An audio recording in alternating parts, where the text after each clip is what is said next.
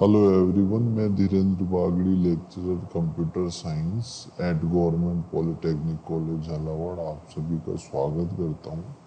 आज के इस सेशन में हम देखेंगे कि जो एरेज है वो एरेज क्या होती है, किस तरीके से एरेज का यूज़ किया जाता है, कितनी बेसिक टाइप्स होता है एरे का, वो अपन देखेंगे। देखिए, ये सब्जेक्ट अपन पढ़ रहे हैं पीएचपी एंड माइस्क्यूएल में। वो आज की सेशन में अपन चैप्टर 3 स्टार्ट करेंगे। तो आइए स्टार्ट। इंटीजर रखा है तो इसमें स्ट्रिंग रखी है तो इसमें कुछ और रखा है, ऐसा अलग अलग टाइप का नहीं है, सिमिलर टाइप के एलिमेंट्स इसमें होना चाहिए। An array is a special variable. अब पीएचपी की बात करें तो एरे एक स्पेशल वेरिएबल है जो मल्टीपल वैल्यूज को एक सिंगल नेम के अंडर स्टोर कर लेता है। यानी ये पूरा जो एरे है ये एक ही किसी नाम से पहचाना जाएगा। जैसे मैंने इसका नाम रख दिया x, तो x नाम से ये पूरा एरे एक्सेस होगा। अब ये x जो है, क्योंकि पीएचपी में वेरिएबल बन रहा है तो इसके पहले हमें डॉलर साइन तो लगाना ही पड़ेगा। तो ये $x है जो कि इस पूरे एरे को रिप्रेजेंट कर रहा है। तो एक सिंगल नेम के अंडर आप मल्टीपल वैल्यूज रख सकते हैं। An array can hold all your variable values under a single name, and you can access the values by referring to the array name. तो मुझे एरे की कोई भी वैल्यू को एक्सेस करना है तो मुझे ये एरे का नाम यानी $x ये यूज करना पड़ेगा। अब समझते हैं कॉन्सेप्ट ऑफ इंडेक्स। इंडेक्स का कॉन्सेप्ट भी अब मैं जानता हूं कि आप लोग फैमिलियर होंगे। इंडेक्स बेसिकली क्या है? क्योंकि ये x पूरे एरे को रिप्रेजेंट कर रहा है, पूरे एरे का नाम है, तो हमें जब इंडिविजुअल वैल्यूज एक्सेस करनी है तो हम उसके इंडेक्स की बात करते हैं। इंडेक्स का मतलब होता है कि हर एक वेरिएबल जो इसके अंदर है, जैसे ये पहला वेरिएबल है, ठीक है, अब इस पहले वेरिएबल को कैसे रिप्रेजेंट करें तो इसका कुछ इंडेक्स होगा। इंडेक्स एक नंबर हो सकता है, जैसे कि इसका इंडेक्स है 0, इसका इंडेक्स है 1, इसका इंडेक्स है 2, इसका इंडेक्स 3, 4, 5 एंड 6। तो ये जो मेमोरी ब्लॉक्स है इनके इंडेक्स 0 से लेकर 6 तक है। सो बेसिकली इंडेक्स क्या है? क्योंकि ये जो एरे है ये लीनियरली अरेंज्ड होता है तो मैं एक एक को रिप्रेजेंट करने के लिए इस पे कुछ मार्क लगाता हूँ। क्योंकि एक एक इंडिविजुअल एरे के अंदर जो वेरिएबल है उसका कोई नाम नहीं है। मतलब ये 31 जिसमें रखा है उस वेरिएबल का अपना कोई अलग से नाम नहीं है, 42 का अलग से कोई नाम नहीं, एक सिंगल नेम है x। इसी से मुझे पूरी वैल्यूज को एक्सेस करना है। तो कोई तो एक तरीका होना चाहिए जिससे कि वैल्यूज को मैं सेपरेट कर सकूं, यूनिकली आइडेंटिफाई कर सकूं। तो इसके लिए सीक्वेंस नंबर इसमें रखा गया है। सीक्वेंस नंबर, पोजीशन नंबर कह लो, इसी को इंडेक्स कह लो। तो 0, 1, 2, 3, 4, 0 से अपन स्टार्ट करते हैं। तो x0 जो है वो पहला एलिमेंट को रिप्रेजेंट करेगा। तो जब मैं लिखूंगा $x, राइट, और स्क्वायर ब्रैकेट में 0 लिख दूंगा तो ये रिप्रेजेंट करेगा इस 31 को या इस ब्लॉक को। तो ऐसे ही अगर मैं यहाँ 0 की जगह 1 लिख देता तो ये 42 को रिप्रेजेंट करता है, 2 लिखता तो 71 को रिप्रेजेंट करता है, एंड लाइकवाइज। तो each element in the array has its own index so that it can be easily accessed. अब जो एरेज होते हैं पीएचपी में वो दो प्रकार के होते हैं, numeric arrays and associative arrays. Numeric array का मतलब ये नहीं है कि उस एरे के अंदर मैं नंबर ही रख सकता हूं। न्यूमेरिक एरे का मतलब है उसके इंडेक्सेस नंबर होंगे। यानी कि ये जो इंडेक्स हैं ये नंबर के अलावा और भी कुछ हो सकते हैं पीएचपी में। आपने अगर इससे पहले C++ पढ़ी है तो वहां पे तो नंबर ही होते हैं इंडेक्स, इसलिए ये बात हो सकता है आपके लिए नई हो। तो यहां पर इंडेक्स अगर नंबर्स हैं तो इस प्रकार के एरे को न्यूमेरिक एरे कहते हैं। और C++ में हमने सिर्फ न्यूमेरिक एरे ही पढ़े हैं। हाँ, एरे के अंदर वैल्यूज किसी भी टाइप की आप रख सकते हैं। मतलब हो सकता है ये सारी वैल्यू स्ट्रिंग हो या हो सकता है ये सारी वैल्यू फ्लोटिंग पॉइंट नंबर होंगी सारी एक जैसी एक एरे के अंदर, लेकिन वो किसी भी टाइप की हो सकती है। तो एरे के इंडेक्सेस अगर नंबर हैं तो वो न्यूमेरिक एरे कहलाएगा। तो these arrays can store numbers, strings and any object, but their index will be represented by numbers. अच्छा, by default array index starts from zero. अब बाय डिफॉल्ट एरे का जो इंडेक्स है वो हमेशा जीरो से ही स्टार्ट होता है। तो अब जैसे एक एग्जांपल यहाँ पर मैंने बनाया हुआ है, आप ये एग्जांपल देख सकते हैं। $x एरे अमित, राहुल, समीर, ऐसे मैंने 3 वैल्यूज उसमें रखी हुई हैं। तो ये हो क्या रहा है, यहाँ पर एक एरे बन गया है, ठीक है। और इस एरे के अंदर पहली स्ट्रिंग है अमित, और मैंने कैपिटल लिखा है या स्मॉल? हाँ, स्मॉल है। तो अमित, तो AMIT, अमित। दूसरी स्ट्रिंग है राहुल, ओके, राहुल, मैंने R स्मॉल बनाया।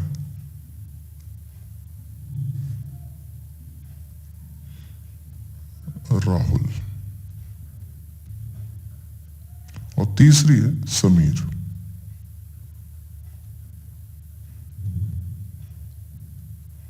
ठीक है, तो इस प्रकार से एक एरे बन गया है। और इस एरे को हम किस नाम से पहचानेंगे? इसका नाम x रखा है मैंने, तो ये x नाम से हम इसको पहचानेंगे। और इसके इंडेक्स क्या होंगे? 0, 1, 2। तो जब आप प्रिंट कराएंगे तो ये इको x0, इको करा रहे मतलब प्रिंट कराएंगे, तो अमित प्रिंट होगा, राहुल प्रिंट होगा, समीर प्रिंट होगा। अब इसी का प्रैक्टिकल अगर अपने को करना है तो प्रैक्टिकल करके देखते हैं। सबसे पहले मुझे क्या करना होगा, मुझे वैम फोल्डर में जाना होगा। वैम फोल्डर के लिए मैंने ओपन किया जी ड्राइव में वैम फोल्डर है। वैम फोल्डर के अंदर www फोल्डर है, और www फोल्डर के अंदर मैंने एक फोल्डर बनाया हुआ है ऐप नाम का। और मैंने पिछले वीडियो में बताया भी था कैसे एक PHP प्रोग्राम को रन करते हैं, तो ये मैंने उसका एक एग्जांपल बनाया हुआ था। अभी मैं इसी एग्जांपल में एडिटिंग कर देता हूँ, ठीक है। तो ओपन विथ नोटपैड करता हूँ, ये नोटपैड के थ्रू ओपन कर दिया मैंने। आप देख सकते हैं यहाँ पे पहले से कुछ कोडिंग करी हुई थी मैंने। अभी मैं इस कोडिंग को हटा देता हूँ। यहाँ पर मैं कुछ एरे भी बना सकता हूँ, जैसे मैंने एक एरे बनाया x नाम का, और उसके अंदर जो वैल्यूज मुझे रखनी है वो मैं कैसे रख रहा हूँ। तो अभी हमने देखा वैल्यूज रखने का तरीका। हम लिखेंगे एरे, एरे शब्द लिखेंगे, तो मैंने लिखा एरे, और उसके बाद इसके अंदर वैल्यूज रख रहा हूँ, जैसे कि अमित, राहुल और समीर, ठीक है। ये मेरा एरे बन चुका है। अब मैं इस एरे की वैल्यूज प्रिंट कराना चाहता हूं, तो मैं यहां पे प्रिंट करा देता हूं, हेरो x0। तो क्या प्रिंट हो जाएगा? Hello Amit, hello Amit. और उसके बाद फिर मैं क्या करता हूं, H1 ऐसे 3 बार लगा देता हूं, ठीक है। और तीनों बार में मैं यहाँ पे अलग अलग वैल्यू लिखता हूँ, x0 की, फिर x1 की, फिर x2 की। तो क्या स्क्रीन पे प्रिंट होगा? हेलो प्रिंट होगा, और हेलो के बाद ये इको हो जाएगा, तो x0 की वैल्यू यानी अमित प्रिंट हो जाएगा। तो हेलो अमित, हेलो राहुल,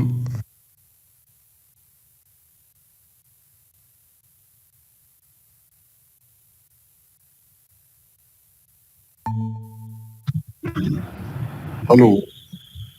कोई समझ में आ रहा है क्या? आ रहा है सर, लेकिन कुछ पूछना भी है मेरे को। देखो, यहाँ पे बेसिकली क्या हो रहा है कि अपन एक एरे जो है उसको क्रिएट कर रहे हैं, और एरे के अंदर, एरे का मतलब होता है कि एक ही टाइप के बहुत सारे वैल्यूज आप उसमें स्टोर कर सकते हो, ठीक। या तो आप अगर वैल्यूज स्टोर करना चाहते हो तो वो न्यूमेरिकली हो, नंबर्स हो, या फिर किसी के नाम हो, ऐसा नहीं हो सकता आप नंबर भी स्टोर कर रहे हो और नाम भी कर रहे हो, तो ये एरे नहीं होगा। एरे एक्चुअल में जो है वो जो सेम टाइप आपका होता है, ठीक है, तो उसको सपोर्ट करता है, ठीक है। तो ये अपने को ध्यान में रखना है। अब बेसिकली इस प्रोग्राम के थ्रू अपन क्या कोशिश कर रहे हैं कि मैं ये चाह रहा हूँ जो एलिमेंट स्टोर हो रखे हैं, टोटल 3 एलिमेंट स्टोर हो रहे हैं, ठीक है। राहुल, कौन कौन से एलिमेंट स्टोर हो रहे हैं बता सकते हो क्या? Rahul sir Kumar Amit. Pareta. Yes sir. Sir 3 element, एक तो अमित, राहुल और समीर। हाँ, 3 एलिमेंट स्टोर हो रखे हैं और तीनों का टाइप सेम है। तीनों किस टाइप के हैं? तीनों स्ट्रिंग टाइप के हैं, ठीक है। समझ में आ रही है बात? Yes sir. अब ये तीनों अपन ने एरे के अंदर, और एरे का जो है वो नाम क्या है, कौन सा एरे है? एक्स। Hello hello. नहीं नहीं, ये गलत है। एक्स है सर, एरे का नाम क्या है? एक्स। एरे का जो नाम है या एरे वेरिएबल जो है वो एक्स है, ठीक है। इसके बाद में अपन जो यहाँ पे देख रहे हैं ना, HTML हेड, फिर हेड को बंद किया, बॉडी को बंद किया, ये भाई अपन PHP के अंदर भी HTML का कोड लिख सकते हैं, ठीक है। तो यहाँ पे ये जो इसने लिखा है हेड को बंद कर दिया, इसका कोई वैल्यू मतलब नहीं है। अब आप ये H1 देखो यहाँ पे, H1 हेलो, ठीक है। ये H1 हेलो क्या करेगा? ये हेलो जो आपने शब्द लिखा है ये प्रिंट होगा, ठीक है। ये प्रिंट होगा, फिर इसके बाद आप एक PHP का कोड लिख रहे हो। PHP का कोड लिख रहे हो तो उसके लिए जो स्टार्टिंग सिंटेक्स है, less than question mark PHP, जैसे ये देखो तो इसका मतलब हो गया कि PHP का कोड लिखा जा रहा है, ठीक है। तो HTML के अंदर अपन PHP का कोड लिख रहे हैं, तो ये इको क्या काम करता है राहुल? सर ये प्रिंट करने का काम करता है सर। हाँ, प्रिंट करने का काम करेगा। और ये जो $X लिखा हुआ है, ये क्या है? एक एरे है, और इसके अंदर ये जो जीरो लगा रखा है, ये बड़े ब्रैकेट के अंदर जीरो लगा रखा है, इसका क्या मतलब है? सर ये पहले वाले को, मतलब अमित को प्रिंट करेगा सर। अमित को मतलब जो जीरो, पहली लोकेशन, अपन जो पहली लोकेशन है ना उसको जीरो बोलते हैं, जीरोथ लोकेशन। तो एरे के अंदर 3 लोकेशन है, जीरोथ लोकेशन, पहली लोकेशन और दूसरी लोकेशन, टोटल 3 लोकेशन हो गई ना, जीरो को भी अपन काउंट करते हैं। तो जीरोथ sir. लोकेशन पे जो भी वैल्यू रखी हुई है उसको प्रिंट करवाना है, उसको डिस्प्ले करवाना है स्क्रीन पे, तो अपन ये ऐसे लिखते हैं, ठीक है। फिर इसके बाद में मैंने ये PHP कोड फिर से बंद कर दिया, फिर वापस HTML का कोड मैंने लिखा, H1 हेलो। फिर इसके अंदर मैंने ये इको $X ऑफ 1 लिखा। इसका मतलब अरे वेरिएबल का यूज करते हुए अरे के अंदर पहली लोकेशन पे जो एलिमेंट है, और पहली लोकेशन पे कौन सा एलिमेंट है? राहुल नाम का एलिमेंट है, तो उसको अपन क्या करेंगे? उसको अपन प्रिंट करवाएंगे, ठीक है। समझ में आ रही है बात राहुल? यस सर, आ रही सर। ठीक है, तो इसको अपन कंटिन्यू करते हैं। हेलो समीर, इस तरीके से ये प्रिंट होगा। अब मुझे इसको चलाना है, पर चलाते कैसे हैं उसको भी समझिए। सबसे पहले आपको क्या करना होता है, जो वैम्प है उसको ऑन करना होता है। वैम्प सर्वर को ऑन करने के लिए मैं वापस से वैम्प फोल्डर में जा रहा हूँ, और वैम्प फोल्डर में आप नीचे देख सकते हैं वैम्प मैनेजर डॉट .exe फाइल है। मैं इस पर डबल क्लिक कर रहा हूँ ताकि ये स्टार्ट हो जाए। ये स्टार्ट हो रहा है, और इसके बाद फिर मुझे ब्राउज़र को ओपन करना पड़ेगा। मैं एक ब्राउज़र ओपन करता हूँ, तो ये ब्राउज़र ओपन हो गया है, और अब मैं इसमें URL लिखता हूँ। तो आपको याद होगा कि URL किस तरीके से लिखा जाता है। यानी मैं ब्राउजर ओपन कर रहा हूं और मैं सर्वर से रिक्वेस्ट कर रहा हूं कि मुझे home.php फाइल दे दी जाए। home.php फाइल जो अभी हमने बनाई थी, ये वाली फाइल हमें चाहिए, तो मैं सर्वर से रिक्वेस्ट कर रहा हूं। यानी मैं डायरेक्टली PHP फाइल को रन नहीं कर सकता, मैं ब्राउजर के थ्रू PHP फाइल की रिक्वेस्ट सर्वर से करता हूं।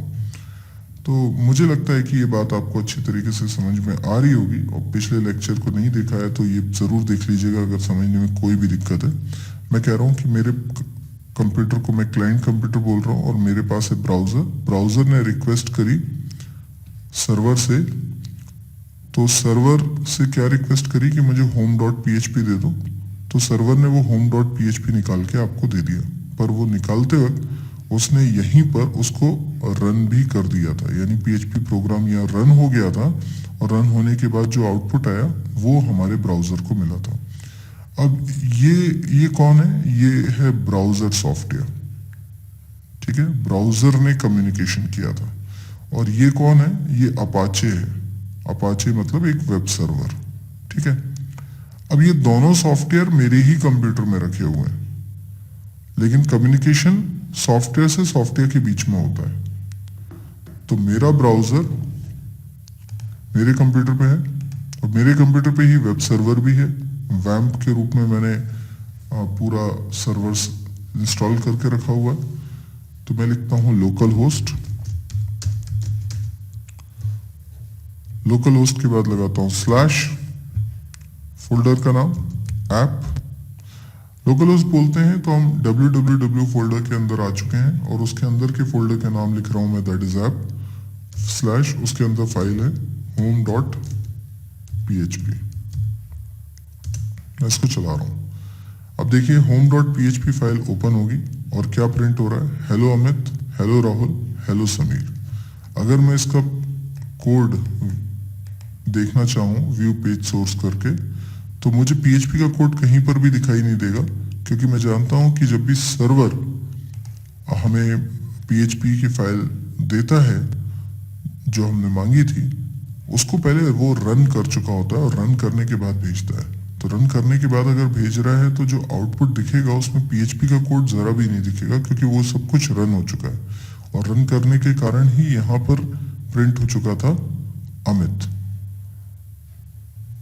अब आप इस कोड को भी साइमल्टेनियसली देख लीजिए। इस कोड में आपने क्या लिखा था? यहाँ पे लिखा था echo x, तो x0, तो x0 की वैल्यू इस जगह पर प्रिंट हो गई। तो PHP का कोड तो सब कुछ एग्जीक्यूट हो चुका है। अब यहाँ पर नोटिस करिए कि आपने एरे कैसे बनाया था। एरे बनाने का तरीका देखिए, और फिर एरे की एक एक वैल्यू को यूज करने का तरीका देखिए। तो ये हो गया आपका न्यूमेरिक एरे। अब और भी कई एग्जाम्पल मैं इसमें बता सकता हूं, जैसे अभी हमने स्ट्रिंग्स रखी थी, अब स्ट्रिंग की जगह हम नंबर्स भी रख सकते हैं, राइट। तो नंबर्स रखेंगे तो बस नाम की जगह नंबर आ गए और कुछ भी नहीं है। तो पहली वैल्यू Z0 में गई, 12 किस में जाएगा? Z0 में। 23 किस में जाएगा? Z1 में। फिर 14 किस में जाएगा? Z2 में। और Z3 में जाएगा 56।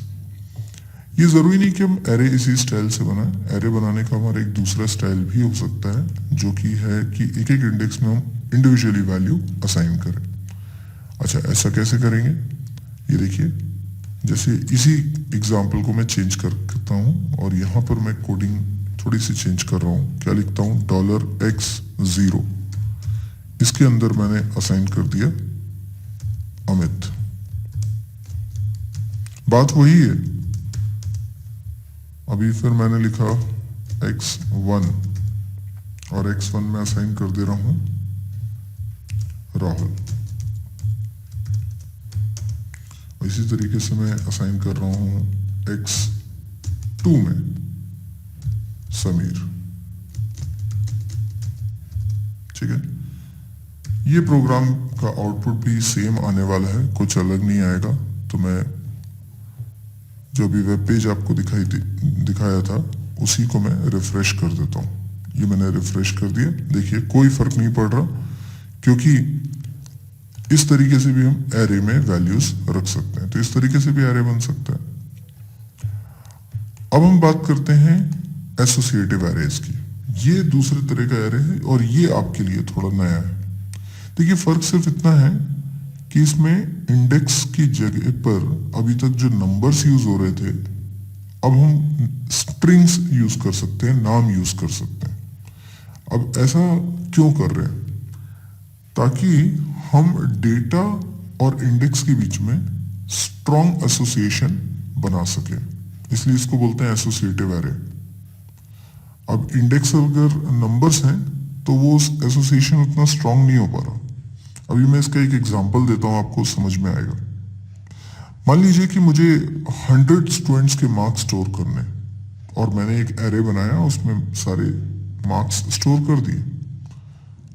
तो एक एरे है जिसमें नंबर्स रखे हुए हैं, राइट? और मान लीजिए कि वो न्यूमेरिक एरे है, तो उसके इंडेक्सेस भी क्या है? नंबर्स हैं। तो क्या होगा अगर मैं आपसे पूछता हूं कि बताओ राहुल के कितने मार्क्स आए, तो आप नहीं बता पाओगे। तो इसमें क्या हो रहा है? स्ट्रॉन्ग एसोसिएशन नहीं है। आप जानते हो किसी भी मार्क्स को एक्सेस करने के लिए आपको क्या बताना पड़ेगा? आपको बताना पड़ेगा इंडेक्स नंबर।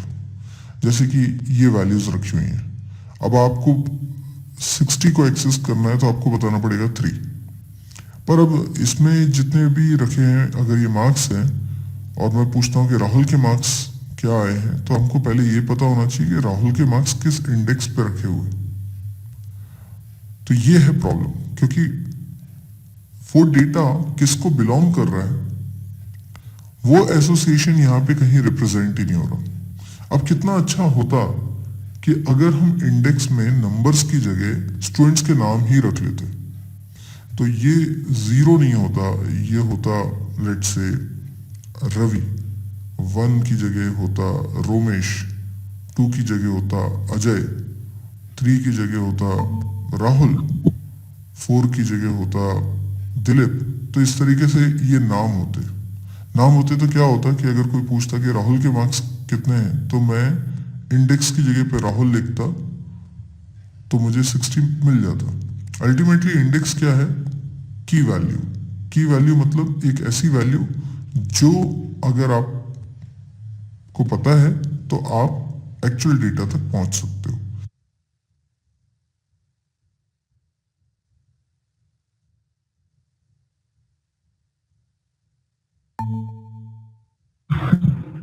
हाँ, तो समझ में आ रहा है कि अभी इसमें क्या समझाने की कोशिश कर रहे हैं?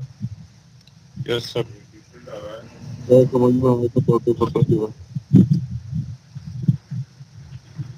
सर जो अरेज अपन बनाते हैं उसकी वैल्यू कैसे लिखनी है कैसे नहीं लिखनी है, वो सब तो आगे मतलब सिंटेक्स पूरा समझ में आ गया। देखो, अपन को अरे बनाना तो आता ही है ना। अरे में अपन क्या करते हैं, वैल्यूज को डालते हैं या एलिमेंट्स को डालते हैं। अब ये जो अरे के अंदर लोकेशन होती है ना, तो अगर अपन इनको न्यूमेरिक फॉर्म में ही लिखें तो समस्या क्या होती है, कभी आपको सर्च करना है तो पता ही नहीं चलेगा कि भाई कौन सी चीज कहाँ है। अब जैसे इसमें एग्जांपल बता रहा था कि जैसे राहुल का नंबर कहाँ है, राहुल को कितने नंबर मिले, तो आपको पता ही नहीं कि भाई ये राहुल कौन से मार्क्स किसको बिलोंग करते हैं। तो इनको क्या है कि प्रॉपरली जो इंडेक्स है ना, इनको नाम देना जरूरी होता है ठीक से। ठीक है, तो वही एसोसिएटिव है, तो उसमें अपन वही देखते हैं। क्योंकि राहुल कुमार पाले था, तुझे आ रहा है समझ में? यस सर, आया सर। ठीक है, चल कंटिन्यू करते हैं। तो की वैल्यू का मतलब क्या होता है? की यानी ये आपको पता होगी वैल्यू, और वैल्यू मतलब एक्चुअल डेटा। तो राहुल क्या है? की। और वैल्यू क्या है? उसके मार्क्स। ऐसी दिलीप क्या है? दिलीप है की, और मे बी 0 उसके मार्क्स हैं। ठीक है, तो की और वैल्यू में आपको क्या पता होगा? की, उससे आप क्या निकाल सकते हो? वैल्यू। तो ये स्ट्रॉन्ग एसोसिएशन हो गया। तो अब मुझे एरे के अंदर इंडेक्स के रूप में क्या लिखना पड़ेगा? नाम। अब जब स्ट्रिंग लिखूंगा तो सिंगल कोट्स या डबल कोट्स में लिखना पड़ेगा। तो अगर मैंने इसमें लिख दिया दिलीप, तो इसका मतलब क्या हुआ? इसका मतलब हुआ मैं इस वैल्यू को एक्सेस कर पा रहा हूं। तो बहुत ही सिंपल है और ज्यादा बेटर भी है। कई सिचुएशन में आपको ये ज्यादा बेटर लगेगा। तो the associative arrays are very similar to numeric arrays in terms of functionality, but they are different in terms of their index। मतलब इंडेक्स के अलावा और कोई फर्क ही नहीं है उसमें। Associative arrays will have their own index as string। तो जो उसके indexes होते हैं वो string होते हैं, so that you can establish a strong association between key and values। key मतलब वो आपका जो index है वही key है। अब एग्जाम्पल देखिए, इसको बनाते कैसे हैं? इसको बनाने का तरीका देखिए। मैंने लिखा एरे, देखिए एज नाम का वेरिएबल है, फिर मैंने एरे बनाया। एरे में एक एक वैल्यू मैं कॉमा सेपरेट करते हुए लिखता हूँ, लेकिन यहाँ पर अब मुझे इंडेक्स भी बताना पड़ेगा, क्योंकि जब मैं सिर्फ वैल्यू लिखता हूँ तो इंडेक्स ऑटोमेटिकली 0 1 2 3 ऐसे माने जाते हैं। पर अभी मैं चाहता हूँ इंडेक्स नंबर्स ना हो, नाम हो। नाम हो तो क्या नाम हो वो तो आपको बताना पड़ेगा ना। तो आपने बताया ये लिखा है इंडेक्स, पहले लिखोगे इंडेक्स, फिर एरो ऑपरेटर लगाओगे। यहाँ एरो ऑपरेटर कैसे बनता है? ये इक्वल टू वाला सिंबल और ग्रेटर देन वाला सिंबल। तो ये की वैल्यू का एसोसिएशन है। यानी अगर मैं इसको जनरलाइज करके बताऊं तो जब हम एरे बनाते हैं, अभी इन सबको हटा देता हूं,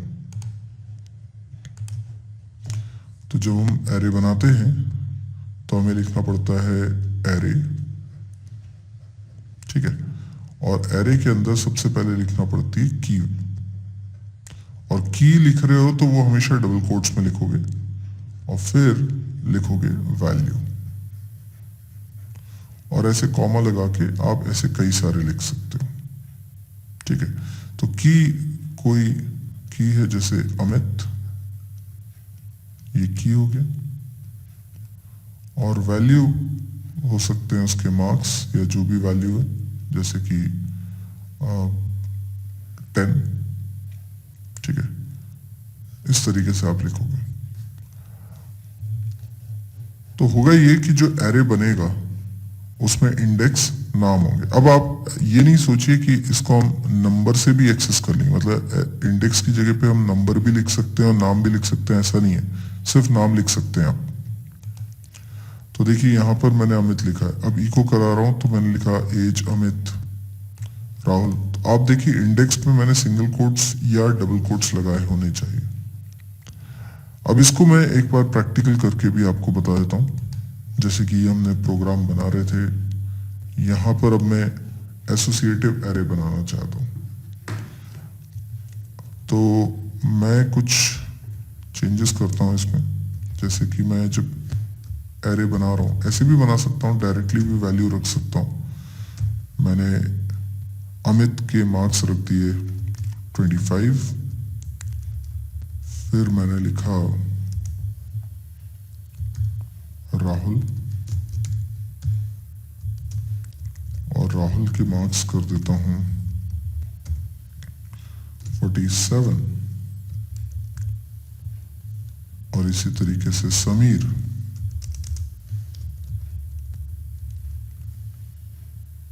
समीर के मार्क्स कर देता हूं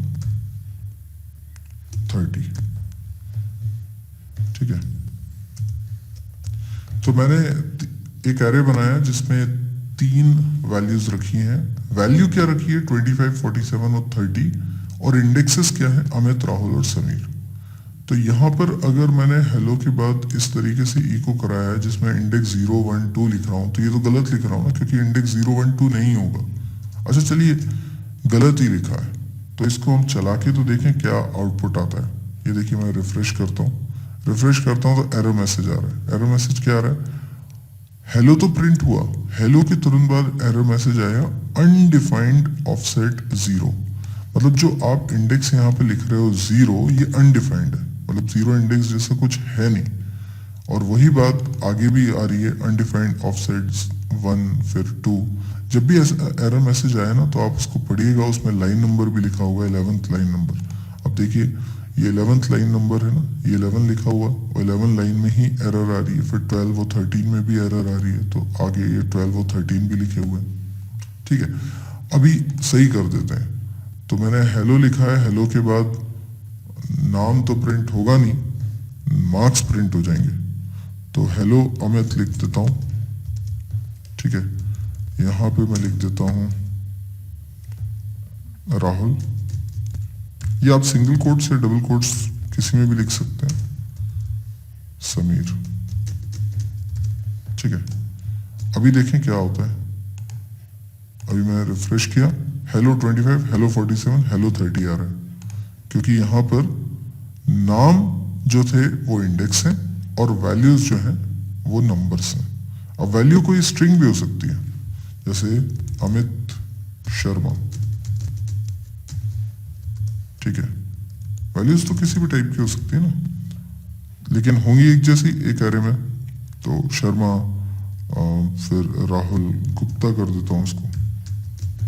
ठीक है, और समीर आहूजा कर देता हूं। ठीक है, तो इस तरीके से मैंने कर दिया। अब मैं इस प्रोग्राम को फिर से रन करता हूं। देखिए क्या प्रिंट हो रहा है, hello Sharma, hello Gupta, hello Ahuja.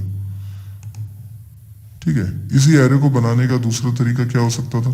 दूसरा तरीका हो सकता था, आप लिखते एरे, ब्रैकेट लगाते, अमित लिखते और यहां पे एरो ऑपरेटर लगाते।